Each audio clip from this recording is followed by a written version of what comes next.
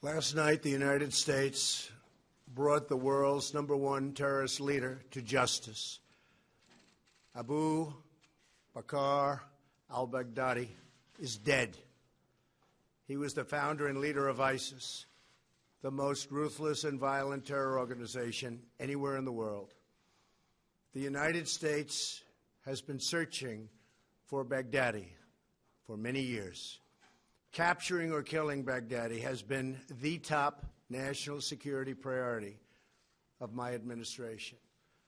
U.S. Special Operations Forces executed a dangerous and daring nighttime raid in northwestern Syria and accomplished their mission in grand style. The U.S. personnel were incredible. I got to watch much of it. No personnel were lost in the operation, while a large number of Baghdadi's fighters and companions were killed with him.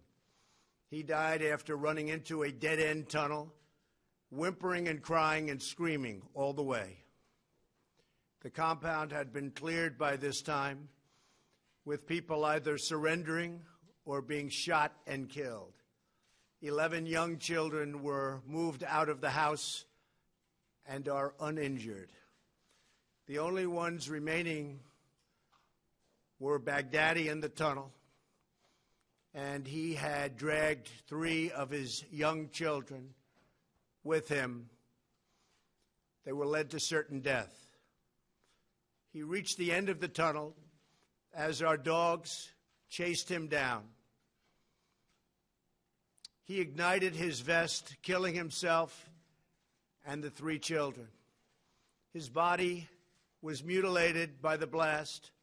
The tunnel had caved in on it in addition. But test results gave certain, immediate, and totally positive identification. It was him. The thug who tried so hard to intimidate others spent his last moments in utter fear, in total panic and dread, terrified of the American forces bearing down on him. We were in the compound for approximately 2 hours, and after the mission was accomplished, we took highly sensitive material and information from the raid, much having to do with ISIS, origins, future plans, things that we very much want. Baghdadi's demise demonstrates America's relentless pursuit of terrorist leaders and our commitment to the enduring and total defeat of ISIS and other terrorist organizations. Our reach is very long. As you know, last month we announced that we recently killed Hamza bin Laden, the very violent son of Osama bin Laden, who was saying very bad things about people, about our country, about the world. He was the heir apparent to al-Qaeda, terrorists who oppress and murder innocent people should never sleep soundly, knowing that we will completely destroy them. These savage monsters will not escape their fate, and they will not escape the final judgment of God. Baghdadi has been on the run for many years, long before I took office. But at my direction, as Commander-in-Chief of the United States, we obliterated his caliphate 100% in March of this year. Today's events are another reminder that we will continue to pursue the remaining ISIS terrorists to their brutal end. That also goes for other terrorist organizations. They are likewise in our sights. Baghdadi and the losers who worked for him, and losers they are. They had no idea what they were getting into. In some cases, they were very frightened puppies. In other cases, they were hardcore killers but they killed many, many people. Their murder of innocent Americans, James Foley, Stephen Sotloff, Peter Kasich, and Kayla Mueller, were especially heinous. The shocking publicized murder of Jordanian pilot, a wonderful young man, spoke to the king of Jordan. They all knew him. They all loved him. He was burned alive in a cage for all to see on the execution of Christians in Libya and Egypt, as well as the genocidal mass murder of Yazidis, rank ISIS among the most depraved organizations in the history of our world. The forced religious conversions, the orange suits prior to so many beheadings, all of which were openly displayed for the world to see. This was all that Abu Bakr al-Baghdadi, this is what he wanted. This is what he was proud of. He was a sick and depraved man, and now he's gone. Baghdadi was vicious and violent, and he died in a vicious and violent way as a coward, running and crying. This raid was impeccable and could only have taken place with the acknowledgement and help of certain other nations and people. I want to thank the nations of Russia, Turkey, Syria, and Iraq, and I also want to thank the Syrian Kurds for certain support they were able to give us. This was a very, very dangerous mission. Thank you as well to the great intelligence professionals who helped make this very successful journey possible. I want to thank the soldiers and sailors, airmen, and Marines involved in last night's operation. You are the very best there is anywhere in the world. No matter where you go, there is nobody even close. I want to thank General Mark Milley and our Joint Chiefs of Staff, and I also want to thank our professionals who work in other agencies of the United States government and were critical to the mission's unbelievable success. Last night was a great night for the United States and for the world. A brutal killer, one who has caused so much hardship and death, has violently been eliminated. He will never again harm another innocent man, woman, or child. He died like a dog. He died like a coward. The world is now a much safer place. God bless America. Thank you. Any questions? When did you first hear about that this was an operation was going to get started? We've had him under surveillance for a couple of weeks. We knew a little bit about where he was going, where he was heading. We had very good information that he was going to another location. He didn't go. 2 or 3 efforts were canceled because he decided to change his mind, constantly changing his mind. And finally, we saw that he was here, held up here. We knew something about the compound. We knew it had tunnels. The tunnels were dead end for the most part. There was one we think that wasn't, but we had that covered too, just in case. The level of intelligence, the level of work was pretty amazing. When we landed with 8 helicopters, a large crew of brilliant fighters ran out of those helicopters and blew holes into the side of the building, not wanting to go through the main door because that was booby-trapped. And it was something really amazing to see. I got to watch it along with General Milley, Vice President Pence, others in the Situation Room, and we watched it so clearly. how did you watch this? Well, I don't want to say how, but we had absolutely perfect, as though you were watching a movie. It was that and the technology there alone is really great. A big part of the trip that was of great danger was it was approximately an hour and 10-minute flight, and we were flying over very, very dangerous territory. In fact, some of our leaders said that could be the most dangerous, flying in and flying out. And that's why last night we were so quiet about it. We didn't say anything, and I didn't make my remark until after they had landed safely in a certain area. But the flight in, the flight out was a very, very dangerous part. There was a chance that we would have met unbelievable fire. Russia treated us great. They opened up. We had to fly over certain Russia areas, Russia-held areas. Russia was great. Iraq was excellent. We really had great cooperation. And you have to understand, they didn't know what we were doing and where we were going exactly.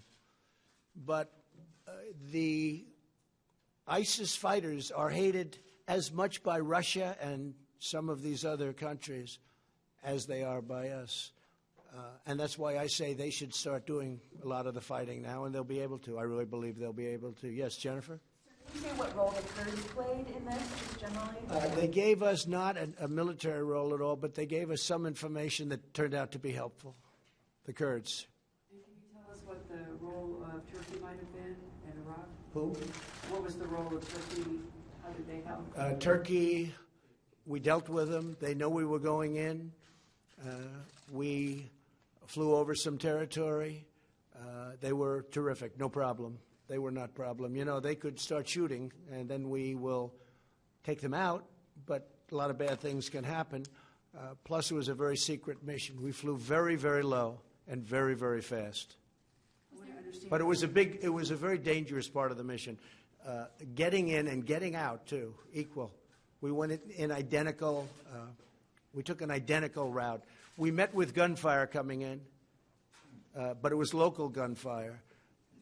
That gunfire was immediately terminated. These people are amazing.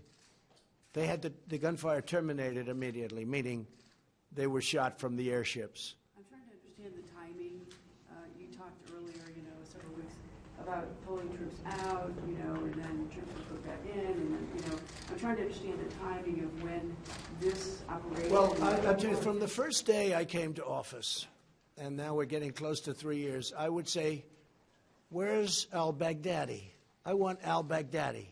And we would kill terrorist leaders, but they were names I never heard of. They were names that weren't recognizable, and they weren't the big names. Some good ones, some important ones, but they weren't the big names. I kept saying, where's al-Baghdadi?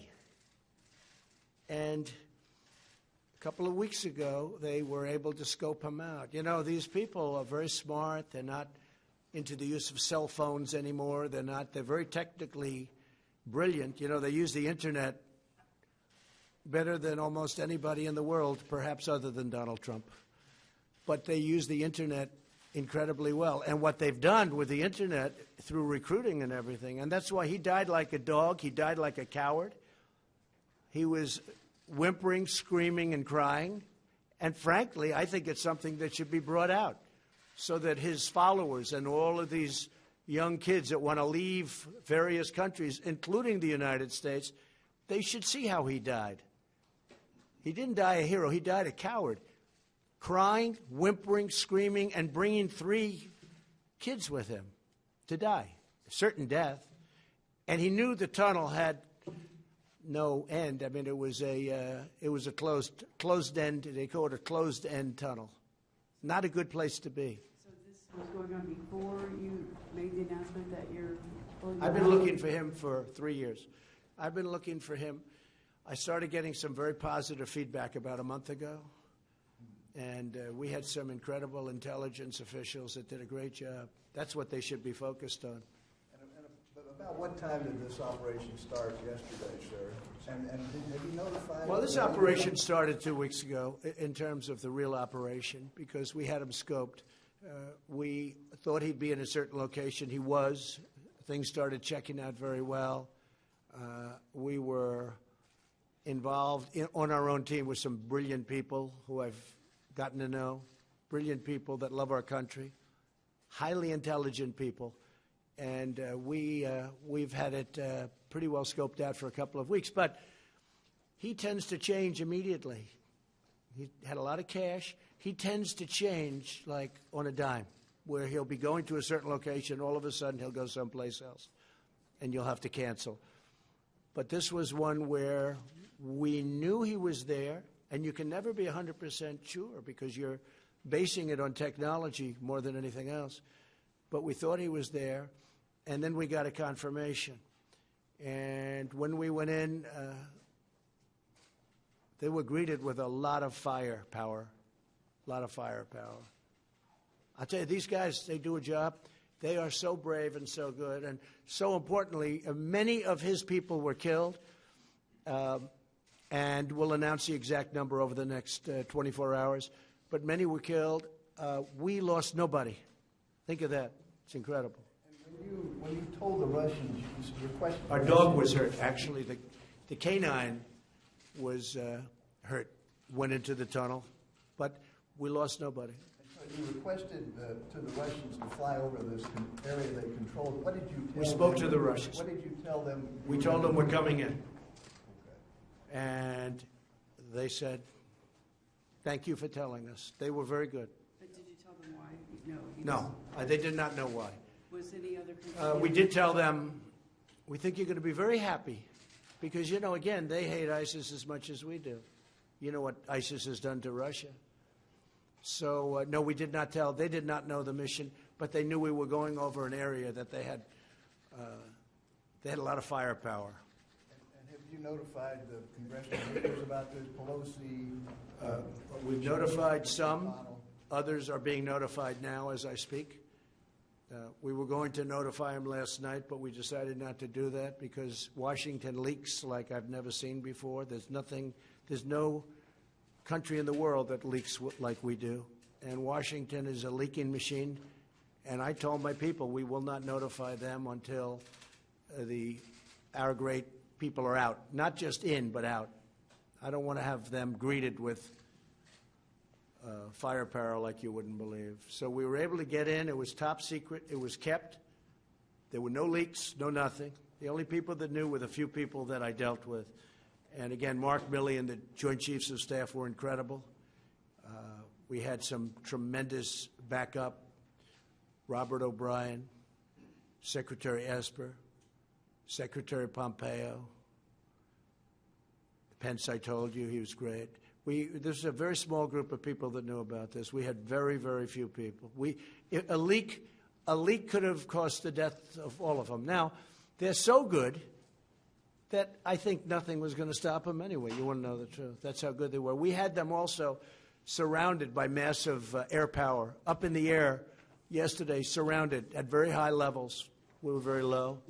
We had tremendous air power. And you watched all this from the sit room? Who were you with in the sit room when you watched this? Secretary Esper, a few of the Joint Chiefs, Mark Milley, some generals. We had some very great military people in that room, and we had some great intelligence people. Robert O'Brien. It's really great. Yes? Was the pullout of the U.S. troops in Syria last month strategically tied in with this raid? No, the pullout, right, sure, it's a great question, and you're doing a great job, by the way.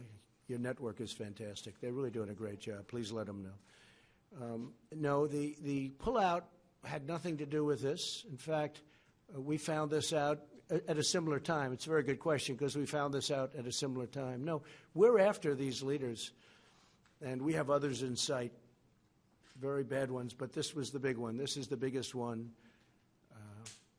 perhaps, that we've ever captured because this is the one that built ISIS and beyond and was looking to rebuild it again. Very, very strongly looking to build it again. That's why he went to this province. That's why he went to this area. You know, a lot of people I was watching this morning and hearing, and they said, why was he there? People were so surprised. Well, that's where he was trying to rebuild from because that was the place that made most sense if you're looking to rebuild. Yeah. You said your tweet moment did you decide to send them? So I said that right after I knew they had landed safely. When they had returned? Right. And that was to notify you guys that you have something big this morning, so you wouldn't be out playing golf or tennis Where did they or land? otherwise being indisposed. Where were they safe? Where did they landed? I'd rather not say. But we landed in a very friendly port in a friendly country. Give you any pause about your decision to withdraw? No, I think it's great. Look, we don't want to keep soldiers between Syria and Turkey for the next 200 years. They've been fighting for hundreds of years. We're out. But we are leaving soldiers to secure the oil. Now, we may have to fight for the oil. That's okay. Maybe somebody else wants the oil, in which case they have a hell of a fight. But there's massive amounts of oil, and we're securing it for a couple of reasons. Number one, it stops ISIS, because ISIS got tremendous wealth from that oil. We have taken it. It's secured. Number two, and again, somebody else may claim it, but either we'll negotiate a deal with whoever's claiming it, if we think it's fair, or we will militarily stop them very quickly. We have tremendous power in that part of the world. We have, the airport is right nearby. A very big, very monstrous, very powerful airport, and very expensive airport that was built years ago. We're in that Middle East now for $8 trillion. So we don't want to be keeping Syria and Turkey. They're going to have to make their own decision. The Kurds have worked along incredibly with us, but in all fairness, it was much easier dealing with the Kurds after they went through 3 days of fighting, because that was a brutal 3 days. And if we would have said to the Kurds, hey, do you mind moving over 7 miles? Because, they were in the middle mostly. So you have 7 or 8 miles. Could you mind moving over? Because I have to say, Turkey has taken tremendous deaths from that part of the world. We call it a safe zone, but it was anything but a safe zone. Turkey has lost thousands and thousands of people from that safe zone. So they've always wanted that safe zone for many years. I'm glad I was able to help them get it. But we don't want to be there. We want to be home. I want our soldiers home or fighting something that's meaningful. I'll tell you who loves us being there. Russia and China. Because while they build their military, we're depleting our military there. So Russia loves us being there. Now, Russia likes us being there for 2 reasons. Because we kill ISIS, we kill terrorists, and they're very close to Russia. We're 8,000 miles away. Now, maybe they can get here, but we've done very well with Homeland Security and the ban, which, by the way, is approved by the United States Supreme Court, as you know. There was a reporter that said we lost the case, and he was right in the early court. He didn't want to say, just refused to say that we won the case in the Supreme Court. So, but we have a very effective ban, and it's very hard for people to come to our country. But it's many thousands of miles away, whereas Russia's right there, Turkey's right there, Syria is there. They're all right there. Excuse me, Iran is right there, Iraq is right there. They all hate ISIS. So we don't, in theory, they should do something. And I'll give you something else. The European nations have been a tremendous disappointment. Because I personally called, but my people called a lot, take your ISIS fighters. And they didn't want them. They said, we don't want them. They came from France, they came from Germany, they came from the UK. They came from a lot of countries. And I actually said to them, you don't take them, I'm going to drop them right on your border. And you can have fun capturing them again. But the United States taxpayer is not going to pay for the next 50 years. You see what Guantanamo costs. We're not going to pay tens of billions of dollars because we were good enough to capture people that want to go back to Germany, France, UK, and other parts of Europe. And they can walk back. They can't walk to our country. We have lots of water in between our country and them. So, yeah, go. You mentioned that you'd gotten to know some brilliant people along this process who had helped provide information and advice along the way. Is there anyone in particular, or would you like to give anyone credit for getting to this point today? Well, I would, but if I mention one, I have to mention so many. I spoke to Senator Richard Burr this morning, and as you know, he's very involved with intelligence and the committee, and he's a great gentleman.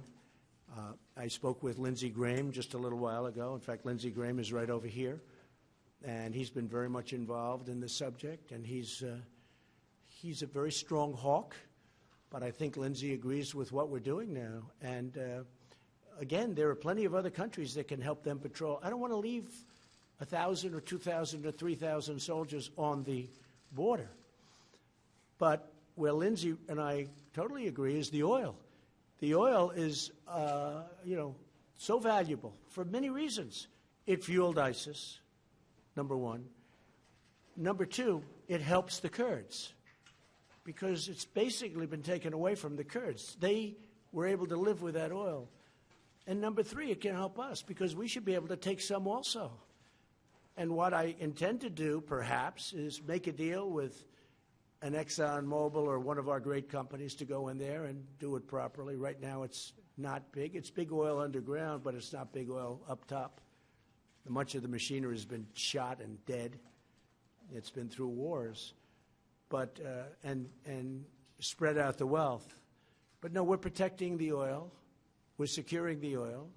Now, that doesn't mean we don't make a deal at some point, but I don't want to be, they're fighting for 1,000 years. They're fighting for centuries.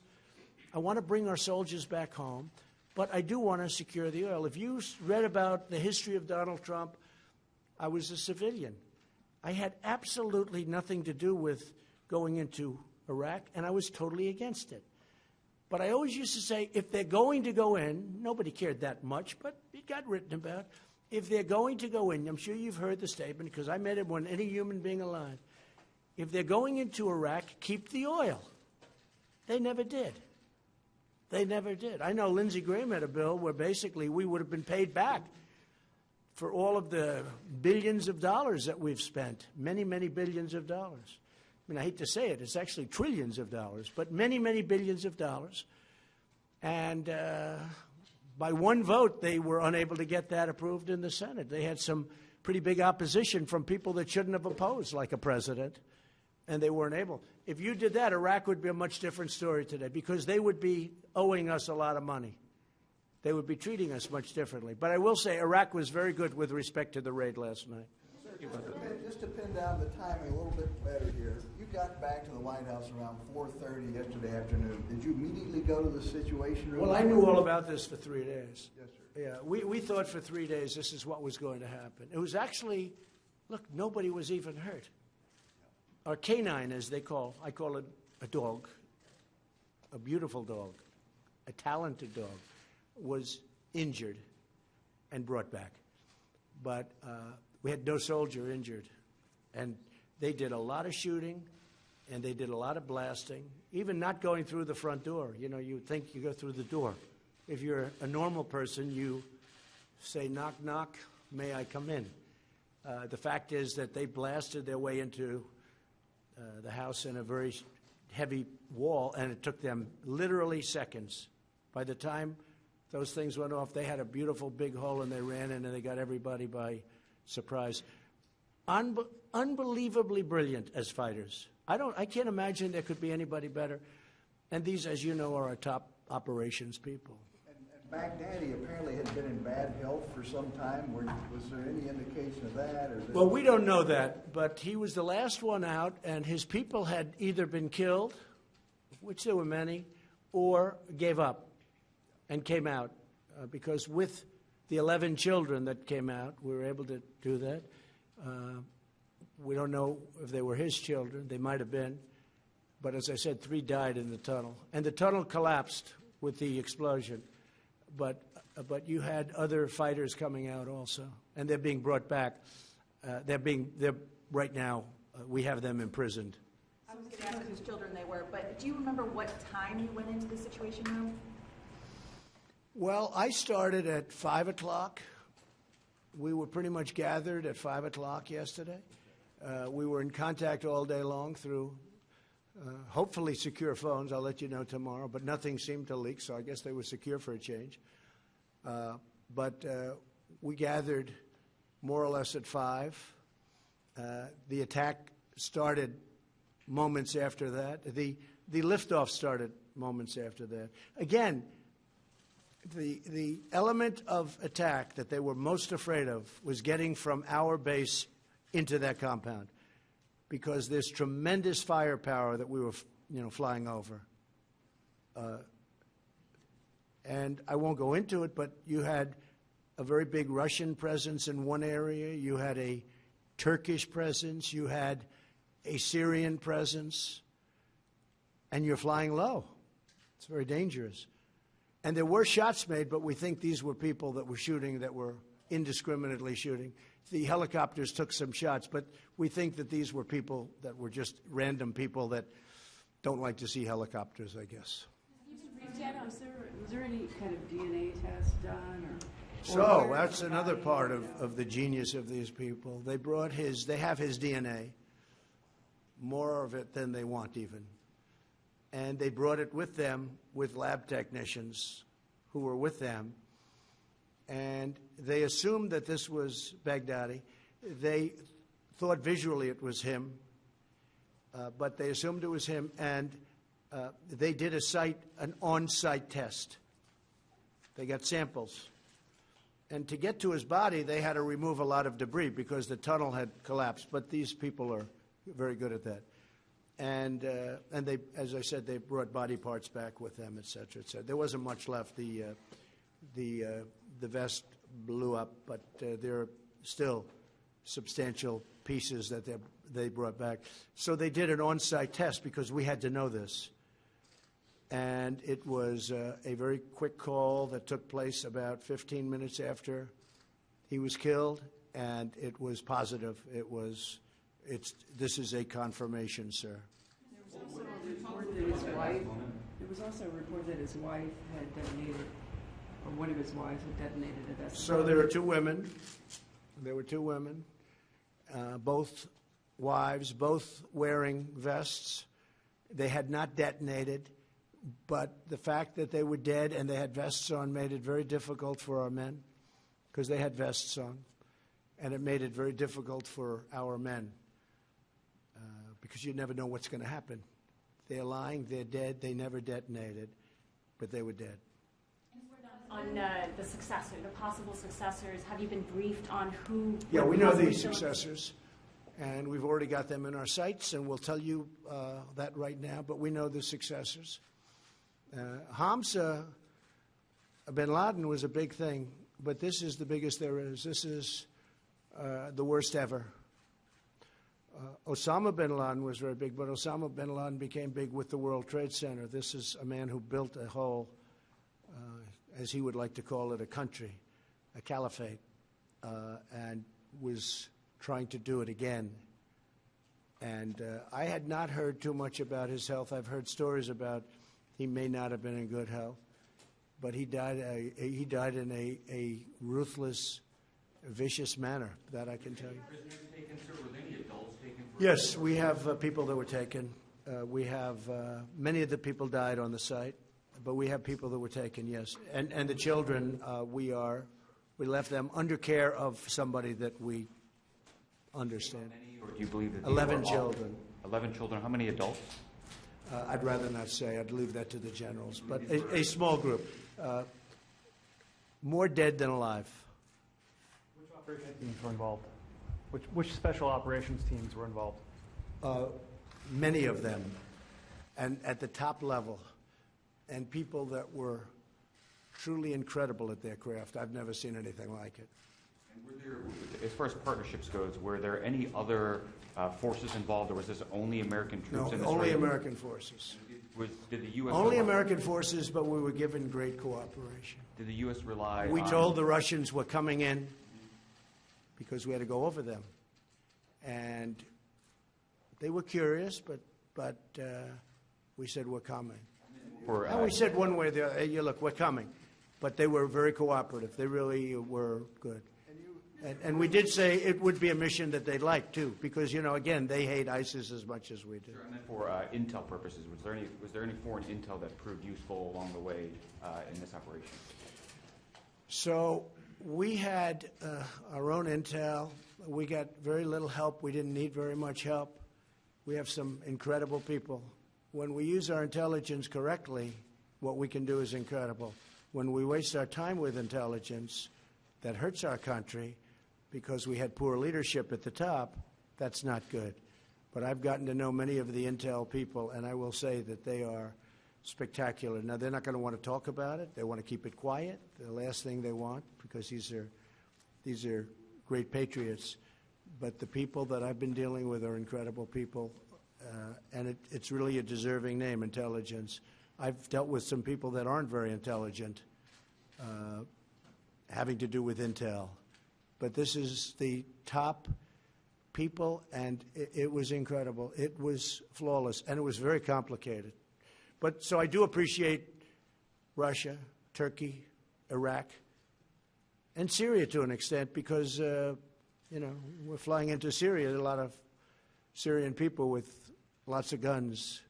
So we had good cover for probably the most dangerous part. It would not sound to, when you fly in, it doesn't sound like that would be the most dangerous when you're going into shooting nests and all of the things that happened once they broke into that pretty powerful compound. That was a very strong compound. And as I said, had tunnels. But the most dangerous part, we had great cooperation with. Yes, ma'am? Did you inform Speaker Pelosi ahead of time? No, I didn't. I didn't do that. I wanted to make sure this kept secret. I don't want to have men lost and women. I don't want to have people lost. Do you anticipate inviting the Special Forces teams to the White House after Oh, yeah, this? they'll be invited. I don't know if they'll want to have their faces shown, to be honest with you. They're incredible for the country. They're not looking for public relations. But they love doing what they're doing. I've seen it. First Lady was out there recently looking at what they do. She came back, she said, wow, I've never seen anything like that. The training, all of the training and the power of the people, the men and women, the strength, the physical strength, the mental strength. These are incredible people. These are very unique individuals. You mentioned whimpering. Could you hear that on your video hookup? The whimpering of Baghdadi. I don't want to talk about it, okay. But he was screaming, crying, and whimpering. And he was scared out of his mind. And think of James Foley.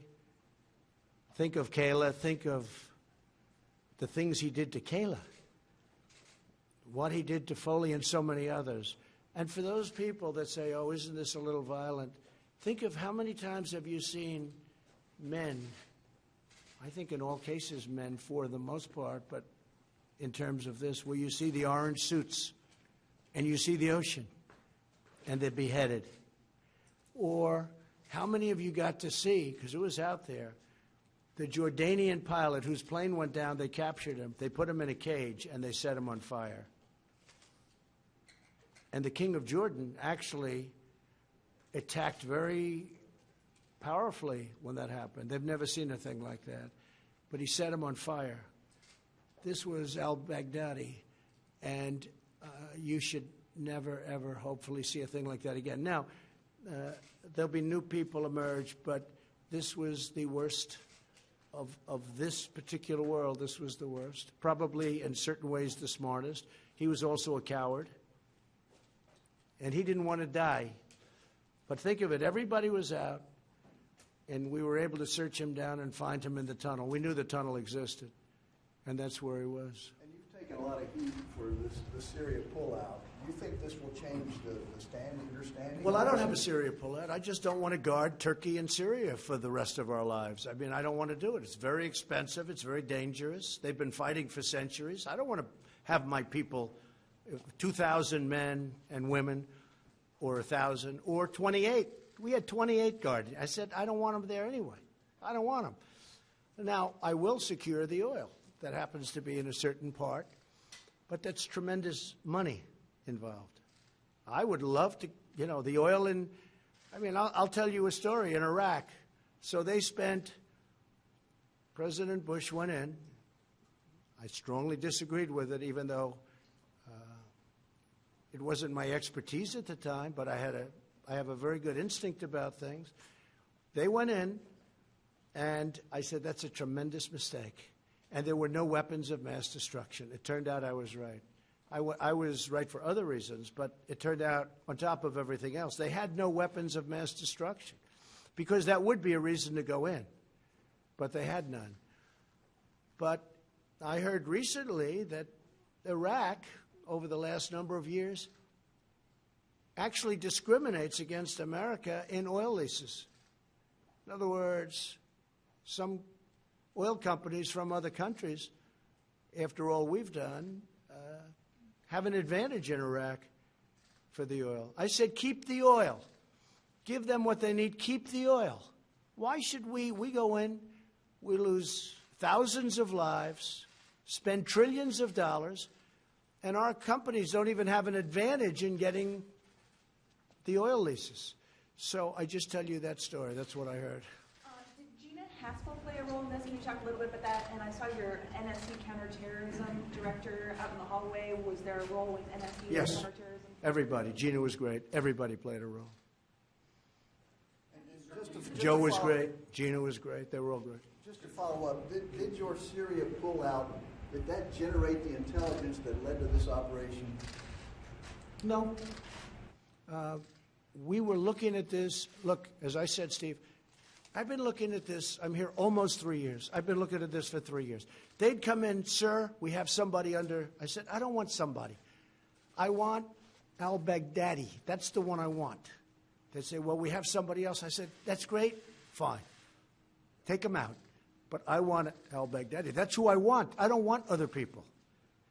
And then I also wanted Hamza bin Laden, because he's a young man, around 30, looks just like his father, tall, very handsome, and he was talking bad things just like his father. You know, if you read my book, there was a book just before the World Trade Center came down, and I don't get any credit for this, but that's okay. I never do. But here we are. I wrote a book, a really very successful book. And in that book, about a year before the World Trade Center was blown up, I said, there is somebody named Osama bin Laden. You better kill him or take him out, something to that effect. He's big trouble. Now, I wasn't in government. I was building buildings and doing what I did, but I always found it fascinating. But I saw this man, tall, handsome, very charismatic, making horrible statements about wanting to destroy our country. And I'm writing a book. I think I wrote 12 books. All did very well. And I'm writing a book. World Trade Center had not come down. I think it was about, if you check, it was about a year before the World Trade Center came down. And I'm saying to people, take out Osama bin Laden, that nobody ever heard of. Nobody ever heard of. I mean, al-Baghdadi, everybody hears because he's built this monster for a long time. But nobody ever heard of Osama bin Laden until really the World Trade Center. But about a year, you'll have to check it, a year and a half before the World Trade Center came down, the book came out. I was talking about Osama bin Laden. I said, you have to kill him. You have to take him out. Nobody listened to me. And to this day, I get people coming up to me. They said, you know what, one of the most amazing things I've ever seen about you is that you predicted that Osama bin Laden had to be killed before he knocked down the World Trade Center. It's true. Now, most of the press doesn't want to write that, but, you know, but it is true. If you go back, look at my book. I think it was The America We Deserve. I made a prediction, and let's put it this way. If they would have listened to me, a lot of things would have been different. Could you talk about some of the difficult decisions you had along the way here in this operation? Anything that weighed on you or that you had to... Well, just death. I mean, you know, I'm sending a large number of brilliant fighters. These are the greatest fighters in the world. I'd rather let the generals tell you, but a large number. We had 8 helicopters, and we had many other ships and planes. It was a large group, and again, this is a large group heading over very, very strong firepower areas where that was decision one. Will they make it? And they made it. But they took fire, but they made it. They didn't take, we don't believe, again, it was nation fire. We believe it was individual group fire or gang fire, as they call it. So they made it. So that was a big relief. Then they went in, they blasted their way in, you've heard. They blasted their way in so quickly. It was incredible because this building was quite powerful, strong. They blasted their way in, and then all hell broke loose. It's incredible that nobody was killed or hurt. We had nobody even hurt. And that's why the dog was so great. We actually had a robot to go in the tunnel, but we didn't get it because we were tracking him very closely. But we had a robot just in case, because we were afraid he had a suicide vest on, and if you get close to him and he blows it up, you're going to die. You're going to die. He had a very powerful suicide vest. Did you make any decisions in the moment while troops were on the ground? No, they had it just incredible. We were getting full reports on literally a minute-by-minute basis. Sir, we just broke in. Sir, the wall is down. Sir, you know, we've captured. Sir, 2 people are coming out right now, hands up, fighters. Then the 11 children out. Numerous people were dead within the building that they killed. Then it turned out they gave us a report. Sir, there's only 1 person in the building. We are sure he's in the tunnel trying to escape, but it's a dead-end tunnel. And it was brutal, but it was over. And as I said, when he blew himself up, the tunnel collapsed on top of him, on top of everything. And his children. I mean, so he led his 3 children to death. So, you know. In the tunnel, that's when the robot followed him into? That's why no The robot was set to, but we didn't hook it up because they were moving too fast. We were moving fast. We weren't 100% sure about the tunnel being dead-ended. It's possible that there could have been an escape hatch somewhere along that we didn't know about. So we moved very, very quickly. I mean, these people, they were moving, they were chasing, yeah, they were chasing. But again, because the suicide vest, you can't get too close. Again, one of the reasons with the wives is if they have a suicide vest, you know, we have to be very, very careful. These vests are brutal, and they go for a long distance. Yes, please. Have you spoken or will you speak to the families, like the Foley family? I'm calling the families now. It will be a pleasure to do that. The Foley family, who I know, will be calling Kayla's family. What he did to her was incredible. It's a well-known story, and I'm not going to say it, but you know that. He kept her in captivity for a long period of time. He kept her in his captivity, his personal captivity. She was a beautiful woman, beautiful young woman. Helped people. She was there to help people. And he saw her, and he thought she was beautiful. And he brought her into captivity for a long period of time, and then he killed her. He was an animal, and he was a gutless animal. Thank you all very much. I appreciate it. It's a very great day for our country.